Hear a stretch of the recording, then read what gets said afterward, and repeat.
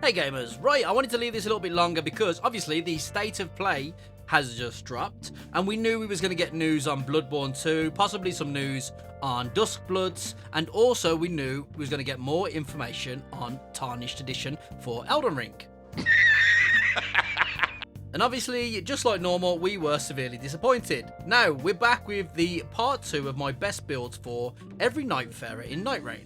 So let's get into it. Right off the bat, we're going to talk about John Nightreign himself, the Wylder. Now, as I mentioned in the previous video, so if you haven't watched that, we are not going to be talking about any balancer builds. The balancer L2 slot build is not something really that I enjoy using, and I would advise other people to essentially put it aside because it honestly does ruin the fun that is the difficulty of the game. Now, I understand if you have used the build to get to a later depth and I don't want to say you need the balancer build to beat certain bosses, but it definitely makes it a lot easier. So I get that you don't want to put it down, but you are kind of losing out on the fun aspect and the challenging aspect of the game, especially if you're using it in the later depths in the deep of night, because it is supposed to be difficult and you're not supposed to be, for the sake of a better word, cheesing your way through the depths. So L2 slot build aside, let's talk about my favourite build, and I do think this is the best, if not one of the best builds you can use on the Wylder. Now, I like to call it the absolute fisting build, but essentially it's just running fists with Wylder. Now, even in solos and trios, Wylder's best build is always going to be fist weapons. For solos, it's a little bit different. You can actually just run a critical hit build with like dormant fists, and you'll win. And obviously, in trios, you aren't going to be doing insane damage, but you are definitely going to be able to keep the aggro. You're going to be able to do a lot of charge and even R2s, which means any successive attack buff's going to proc really fast.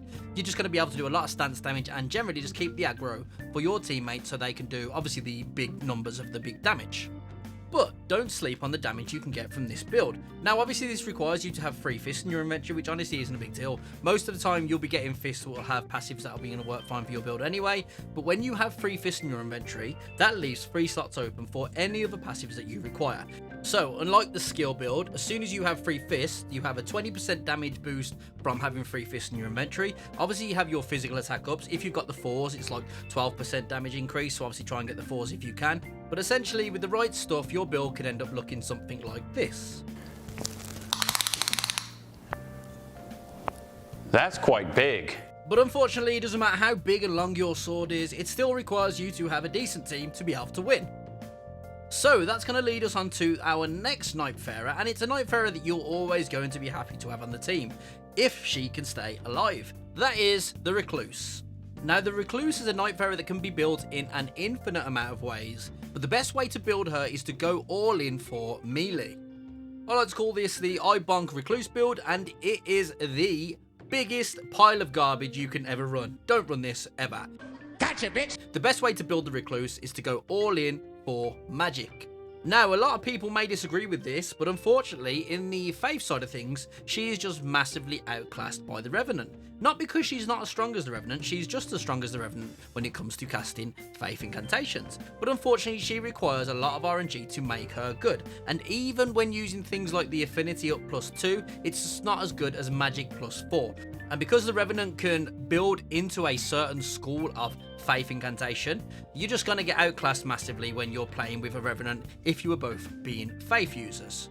Now, like I said, it's not to say that you cannot use her as a faith caster. She's just massively outclassed by the Revenant, and honestly, with the Undertaker's Faith Relicon, even the Undertaker is just a better faith caster because of the synergy she has with the faith buffs, also being able to actually roll and not get caught. I know the Recluse has the best roll, quote unquote, the best roll in the game because she has the most iframes, but her roll will just get you into trouble if you ever have to go melee range. And if you've ever saw a Recluse being the last person surviving in the Night Lord, you know what's about to happen. It's either going to be the best clutch of your life and the best game that Recluse has ever had, or they're going to die almost immediately. So yeah, the best way to build the Recluse is going all in for magical sorceries, obviously. Now obviously she has her cocktails, but they are very situational. Most of the time, especially in the later depths, you can end up doing a cocktail that's going to get you stuck in animation. You're going to get one shot, even like depth 3 and above, you're probably going to get one shot. So the best way to build her and the best way to play her, build all in for magic and basically just spam your magic spells until you're close to out of FP, then recover your FP, rinse and repeat. That is the best way the most efficient way to play the Recluse. Now, next up on the list, we have the Unk, the Raider. Now, recently there has been a flux of Raider players in the Deep of Night because of the buffs he received in the last patch. The most noticeable one is his attacks were sped up. Now, the Raider can either be the hardest character to use or the easiest character to use. There are specific builds where you can essentially just bonk your way through any attack. I have made a couple of videos on it before. There is the recent video that Mooney has done with the Dreg Raider, and then you've seen Yuri do the same build. But I can't claim the Dreg Libra Raider build. In fact, the person who initially did the Dreg Lord Relic and the Libra Relic was actually Wisdom. He did it quite a while ago, and then I think Yuvani's done a video on it as well.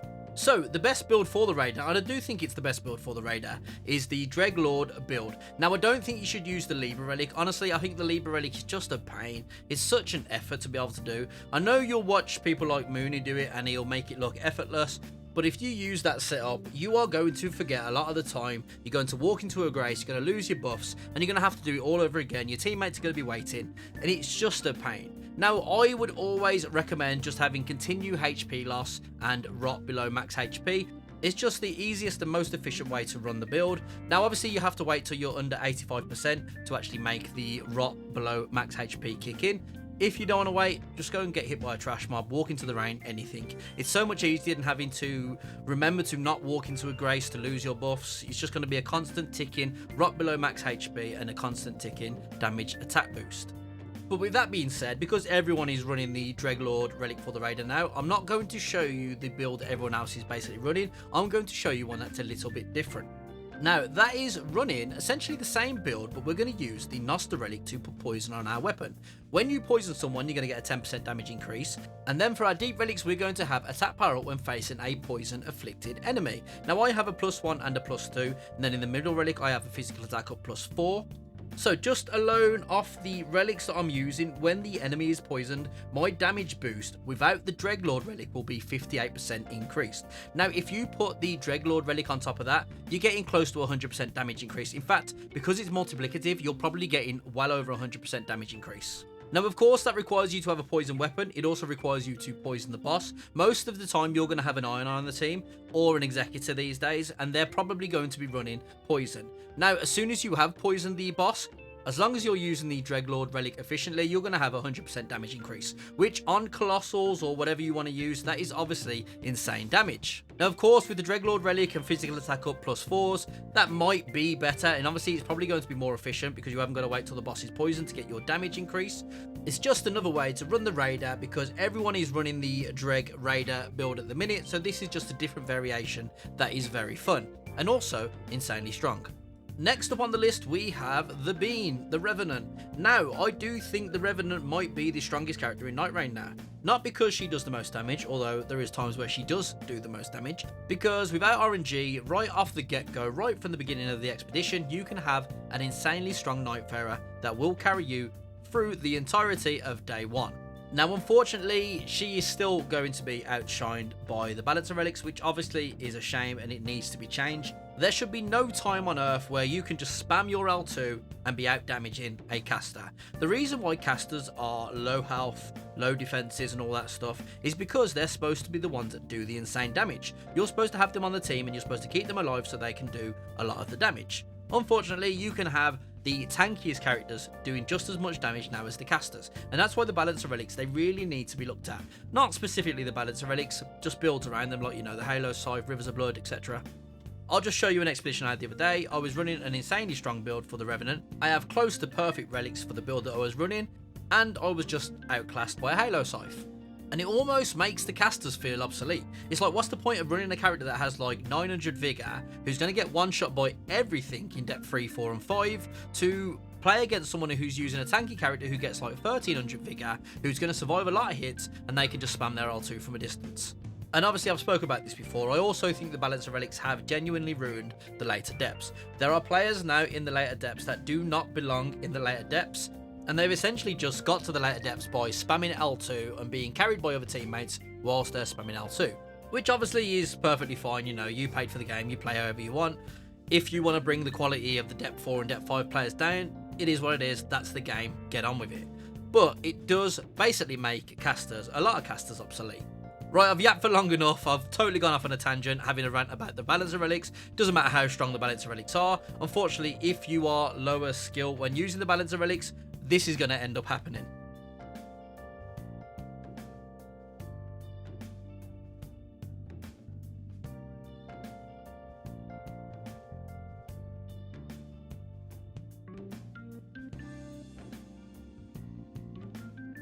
Now, you've all probably seen it in the most recent games. The strongest way to actually build the Revenant is by using her Beast Claw build.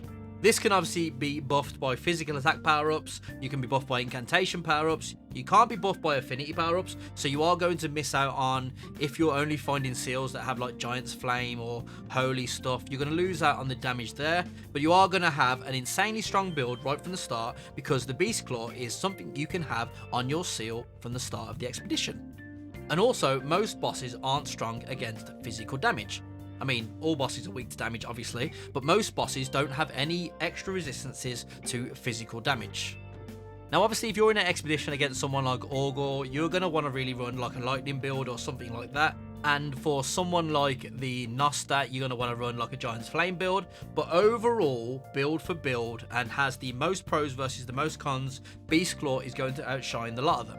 Now, how you build her for the Beast Claw is obviously entirely up to you, but physical attack up, bestial incantations, and then incantations +2. And obviously, if you're going all into the Beast Claw and you know the Beast Claw is going to work against the Night Lord, just build her for the Beast Claw and then physical attack up. But I would always honestly have like an incantations +2 or affinity +2. Just in case I'm running for the expedition, I find a really fun incantation and I decide I no longer want to just spam the L1 for the Beast Claw. But if you want to be the most optimal Beast Claw rev, physical attack up, incantations +2, and then bestial incantations, they will all buff the Beast Claw.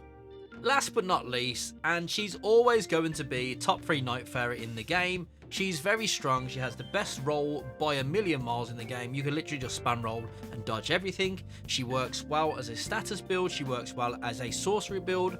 With her Faith Relic on, she's one of the best Faith casters. We're talking about the Duchess. Now, you've probably guessed it, her best build is going to be the Carrion Slicer. Obviously, we're not talking about balancers, we're ignoring the balancer builds because she's one of the best, if not the best, at using the balancer relics with like Halo Scythe or even the Glintstone Chris and have magic attack up +4, because that way you can still go into the sorceries. We're talking about a specific build that is specific to her. That is always going to be the Carrion Slicer. Now, obviously, this build is RNG dependent, so I always have Dormant Powers Find Staves on. You are going to find a Carrion Slicer throughout the game. There is even times where the merchant will sell it, so it's highly unlikely you're going to be in an expedition for the Carrion Slicer Duchess and not find a Carrion Slicer.